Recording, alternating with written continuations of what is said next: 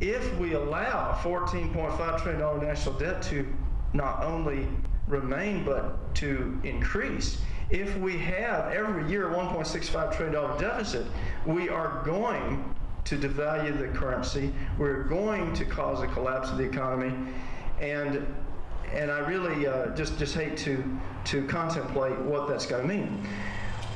I think that we have an economic crisis, and we're facing more of the same. The Democrats, and particularly the Obama administration, is mortgaging our future, our children's future, our grandchildren's future.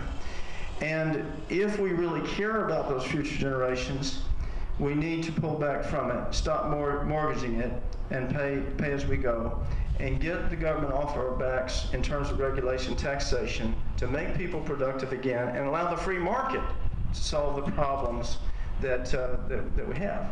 For instance, in Bell County. And we face other social problems, and I think that at root it's a spiritual problem. So many things can go right back to the date in 1962 when we took prayer out of public schools.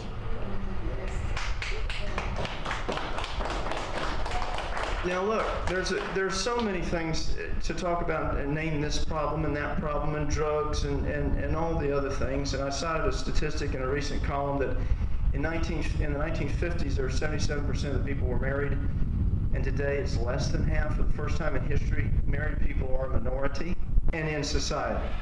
Do you know that if we actually followed the Constitution, did what it said, these other things would largely over time resolve themselves?